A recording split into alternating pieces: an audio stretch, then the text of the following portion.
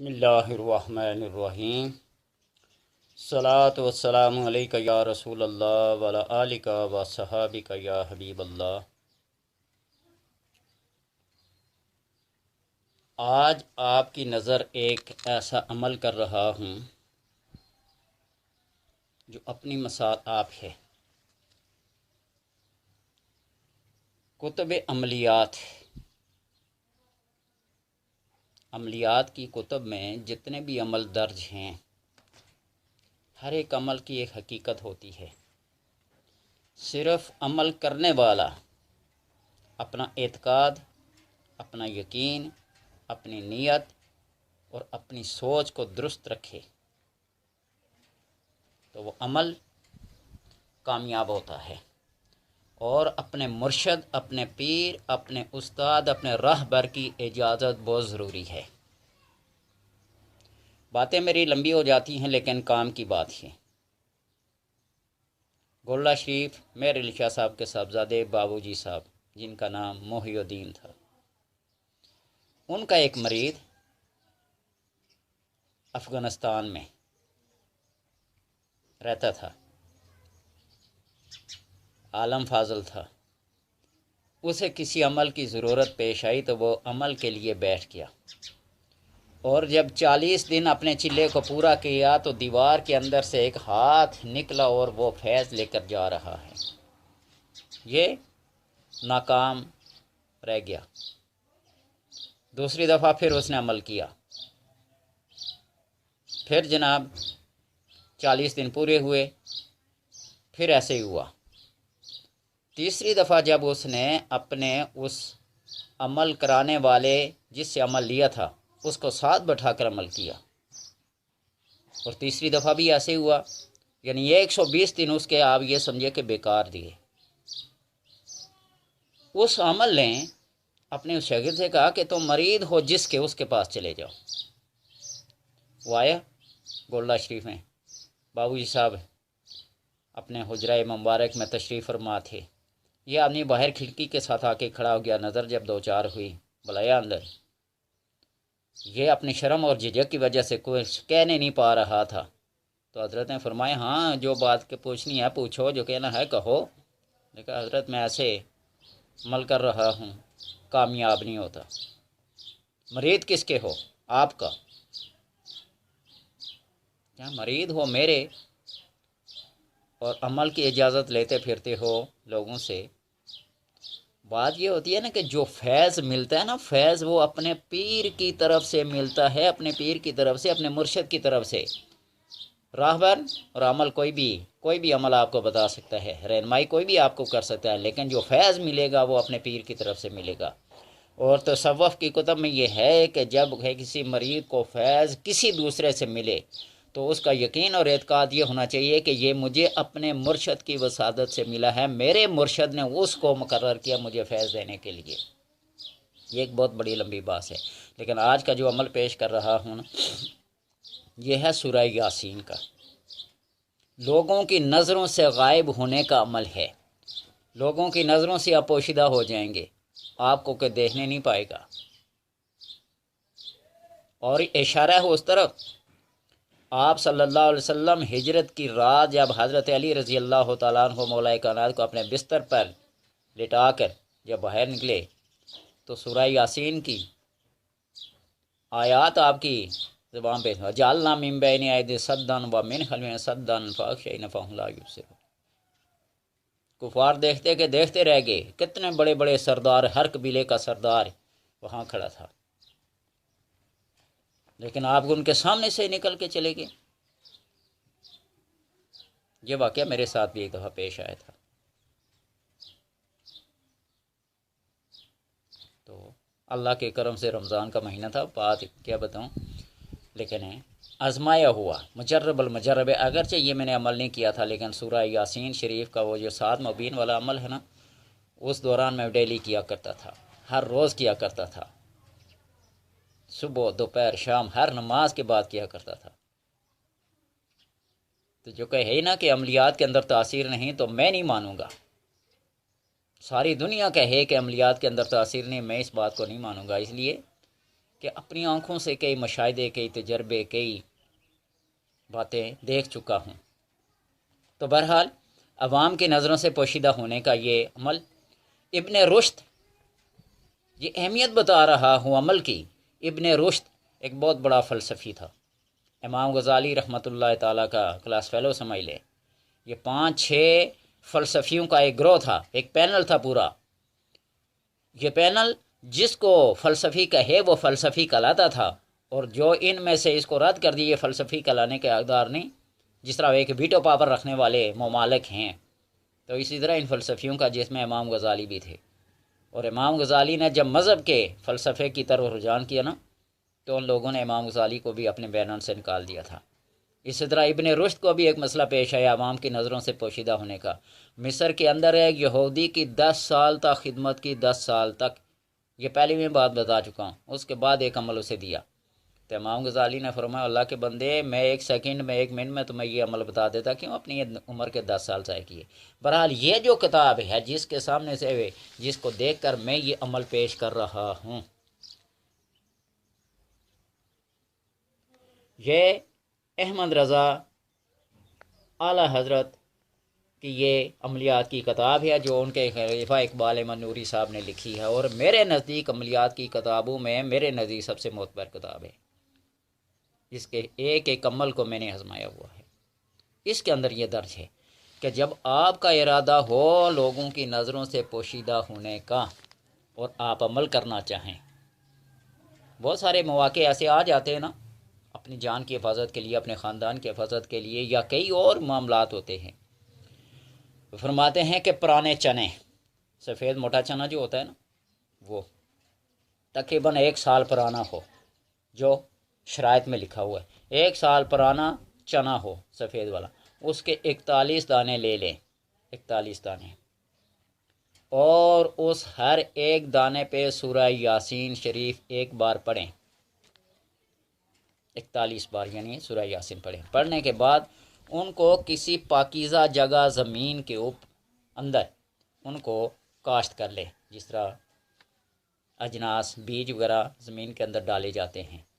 ایک کیاری سی بنا لیں، باڑ لگا لیں، تاکہ وہاں اس جگہ کی بے ادبی نہ ہو، کوئی قدم وغیرہ یا کوئی جانور، کتا بلی یا کوئی جانور وہاں جا نہ سکے، ایک باڑ لگا لیں۔ یہ اپنی طرف سے میں کہہ رہا ہوں حفاظت کے لیے۔ اور ان کو پھر وہاں روزانہ بیٹھ کر باوضو حالت میں یاسین شریف پڑھے، اور پڑھنے یاسین شریف 1 بار ہے، ان دانوں کے اوپر 1 بار یعنی 41 بار پڑھ کے، 41 دانے ہوں گے، 41 بار پڑھ کے آپ ان کو زمین کے اندر ربو کاشت کرنے بو دیں، اور پھر روزانہ جب تک کہ اس کے پودے نہیں نکل آتے، اس کے اندر پھل نہیں لگ جاتا، اس وقت تک آپ روزانہ 2-3 مہینے تو لگ ہی جائیں گے نا۔ لیکن جتنا یہ عمل اپنی پختگی میں، اپنی اہمیت میں بے مثل ہے، اسی طرح فوائد میں بھی بے مثل ہے۔ کچھ پانے کے لیے کچھ ٹائم تو لگانا پڑتا ہے نا، تو روزانہ اس کے پھل پودے لگنے تک، اور جب پھل اور پودے لگ جائیں ان کو بحفاظت نکال لیں، جڑوں سمیت اس پودے کو کیا کر لیں، نکال لیں۔ ایک ہی مٹھی رکھیں گے نا، وہ بعض دفعہ ایک ہی جگہ پہ جم کے اتنا موٹا تنا متناور درخت سب بن جائے گا، علیحدہ علیحدہ نہیں ہے، پوری مٹھی وہاں پڑتے رہیں۔ پھل کو، پتوں کو، شاخوں کو، ٹہنیوں کو کسی محفوظ جگہ پہ دفن کر دیں یا حفاظت سے رکھ لیں۔ جو اس کی جڑ ہوگی، اس جڑ کو حفاظت سے رکھ لیں۔ حفاظت سے رکھنے کے بعد اس جڑ کو اپنے پاس رکھ کر، اپنے ہاتھوں میں لے کر سورہ یاسین شریف کو پڑھنا شروع کر دیں، اور پڑھتے رہیں کہ آئینے میں آپ کو اپنا چہرہ نہ دکھائی دے۔ یہ ایک اور عمل میں نے پہلے پیش کیا تھا، لا اکراہ فی الدین قد تبین الرشد من الغی۔ جب تک آپ کو اپنا چہرہ آئینے میں نظر نہ آئے، اس وقت تک یاسین شریف کو کیا کرتے رہیں، پڑھتے رہیں، اور جب چہرہ آئینے میں نظر نہ آئے تو سمجھ لیں کہ کام پورا ہو گیا۔ پھر جب کبھی آپ کو کوئی ضرورت، کوئی حاجت، کوئی ایسی مشکل پیش آئے تو اس جڑ کو ہاتھ میں لے لیں یا امامہ میں پگڑی میں رکھ لیں، باندھ لیں، تو آپ کی ہر وہ مشکل جس کے آپ اندر مبتلا ہیں دور ہو جائے گی۔ ہر وہ حاجت جس کے لیے آپ اس کو کرنا چاہتے ہیں وہ حاجت پوری ہو جائے گی، اپنی بھی اور لوگوں کی بھی۔ جس کے لیے دعا کریں گے اللہ اس کی دعا کو اس کے حق میں قبول کرے گا۔ جتنا بڑا یہ عمل ہے اس کے لیے پرہیز بھی جلالی اور جمالی، ترک حیوانات بہت ضروری ہے۔ اور جب چلے کی صورت میں یا کسی عمل کو بیٹھ کر ایک پڑھنے کی صورت میں آپ پڑھتے ہیں تو اس کے لیے یہ چیزیں بہت ضروری ہوتی ہیں۔ ایک مثال پیش کر رہا ہوں، اگر میں کسی کو کہوں یا کوئی بندہ بھی کسی کو کہے اس دیوار سے اس دیوار تک جائیں،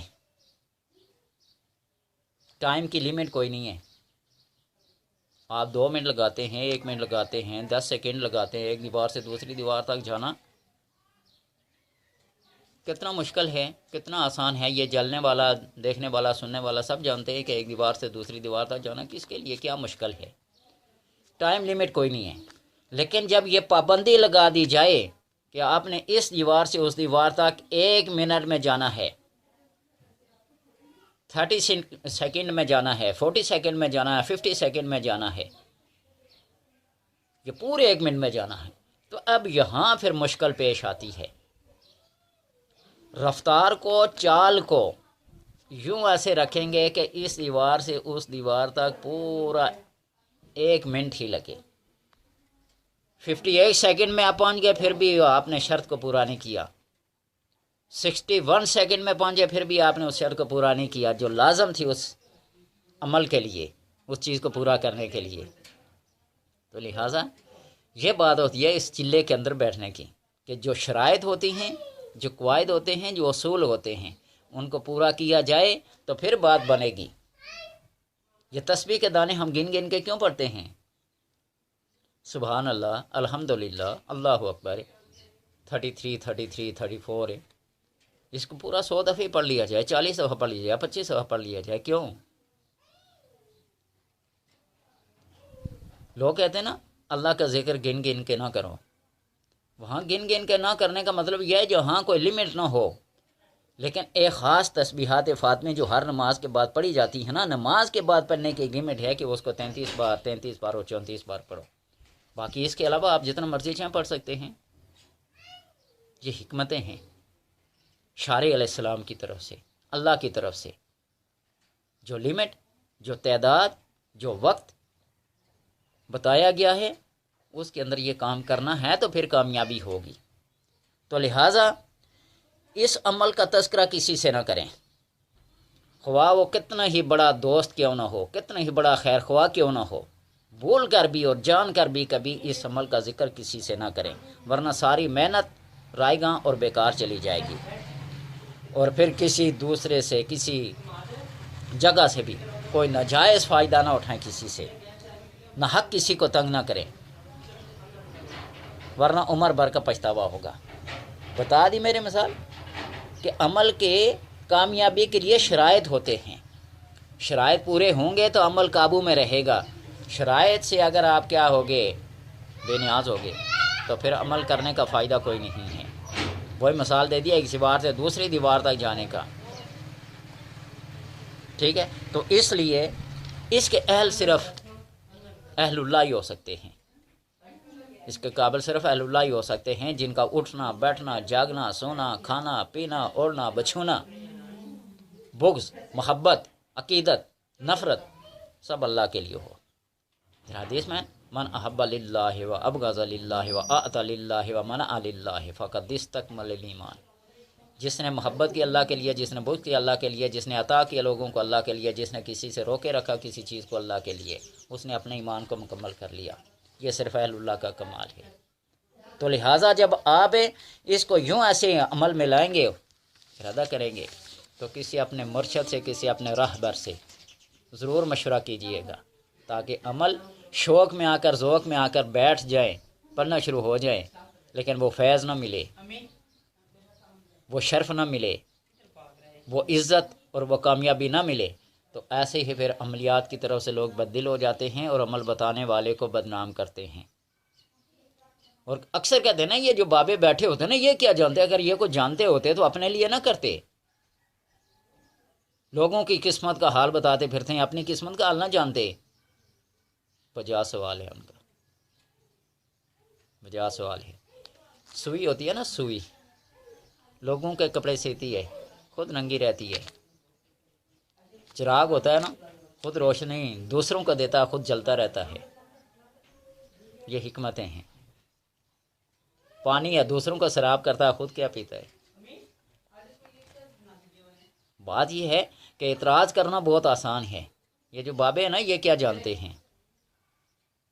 تو کہہ دینا یہ جو ڈاکٹر ہیں، یہ جو حکیم ہیں، یہ کیا جانتے ہیں؟ موسیٰ علیہ السلام کوئی طور پر عبادت کر رہے تھے نا، پیٹ میں درد، اللہ سے گڑ گڑا کر دعا کی، وہ فلاں درخت کا اس پتا چبائیں، ارک نگل لیں۔ موسیٰ علیہ السلام گئے، پتا اٹھایا، منہ میں چبایا، حلق کے اندر سے گیا، درد ختم۔ اللہ کا حکم تھا، متوجہ اللہ تھے۔ پھر کبھی کسی عرصے بعد پھر ایسے ہی ہوا، ادھر متوجہ نہیں کی، سیدھے کوئی طور سے اترے، اس درخت کا پتا توڑا، کھا لیا، درد پہلے سے زیادہ بڑھ گئی۔ رب ذوالجلال کی بارگاہ میں عرض کیا، الہ العالمین یہ کیا؟ تو کہا وہ پہلے میری مرضی سے تھا، میرے حکم سے تھا، اب تو نے اپنی مرضی سے اور اپنے حکم سے یہ کیا۔ تو نے کیا سمجھا؟ مؤثر فی الحقیقت اللہ کی ذات ہے، مستقل۔ تو اس لیے کہتے ہیں کہ اس عمل کو اس ترکیب کے ساتھ، ترک جلالی اور جمالی اور ترک حیوانات کے ساتھ کریں گے، راز کو راز رکھ کر کریں گے، کسی اپنے پرائے جاننے بیگانے کو نہیں بتائیں گے، ناجائز نفع کسی سے نہیں لیں گے، تو پھر تو اس عمل کو بڑے شوق سے کریں۔ سورہ یاسین 41 دانوں پر پڑھنی ہے، ان کو زمین کے اندر پاکیزہ جگہ پہ رکھ دیں، اور اس وقت تک جب تک کہ پودے پھل نہیں لگتے اس وقت روزانہ ایک بار پڑھا کریں۔ جب پودے پھل وغیرہ لگے تو جڑ سے اکھاڑ لیں، اور پھر اس کو ہاتھ میں پکڑ کر شیشے کے سامنے آ کر کیا کریں، پڑھنا شروع کر دیں سورہ یاسین کو۔ اور جب شیشے کے اندر اپنی شکل نظر آنا بند ہو جائے، آپ اپنی شکل کو، اپنی صورت مبارک کو آئینے کے اندر نہ دیکھ سکیں، تو آپ یہ سمجھیں کہ میرا عمل کامیاب ہو گیا۔ اور اس کے بعد اس جڑ کو پھر اپنی جان سے زیادہ حفاظت کے ساتھ سنبھال کے رکھیں۔ کسی بھی حاجت کے وقت، کسی بھی مشکل کے بعد، یعنی ضروریات زندگی انسان کی جتنی ہیں، اس وقت اس جڑ کو عمل میں لائے تو پھر کامیابی حاصل کر کے دیکھیں۔ دعاؤں میں یاد رکھیں، بزرگان جو آپ کی رہنمائی کرتے ہیں نا، میں نہیں، میں تو لوگ ویسے ہی کہتے ہیں آپ کتابیں دیکھ کر کیا کرتے ہیں، عمل بتاتے ہیں۔ مجھے کتاب دیکھنے پہ فخر محسوس ہوتا ہے، میں کسی کی سنی سنائی بات نہیں کرتا، میں قرآن پاک کو بھی دیکھ کے پڑھتا ہوں۔ میں اپنے آپ کو حافظ کہلانا بھی، نام کے ساتھ حافظ ضرور لکھتا ہوں، یہ میرے نام کا جز بن گیا، ٹھیک ہے، لیکن قرآن پاک کو پڑھتا ہوں دیکھ کر، کوئی بات بتاتا ہوں تو دیکھ کر، تاکہ حجت میرے اوپر نہ آئے، حجت اس کتاب لکھنے والے کے اوپر آئے جس نے یہ کتابیں شائع کی نشر کی ہیں۔ والعہدۃ علی الراوی، ذمہ داری راوی کی ہوتی ہے، بیان کرنے والے کی نہیں۔ اللہ تبارک و تعالیٰ سمجھنے اور سمجھنے کی توفیق عطا فرمائے، اور اللہ اس عمل میں آپ کو کامیاب کرے جس چیز کا بھی ارادہ ہو۔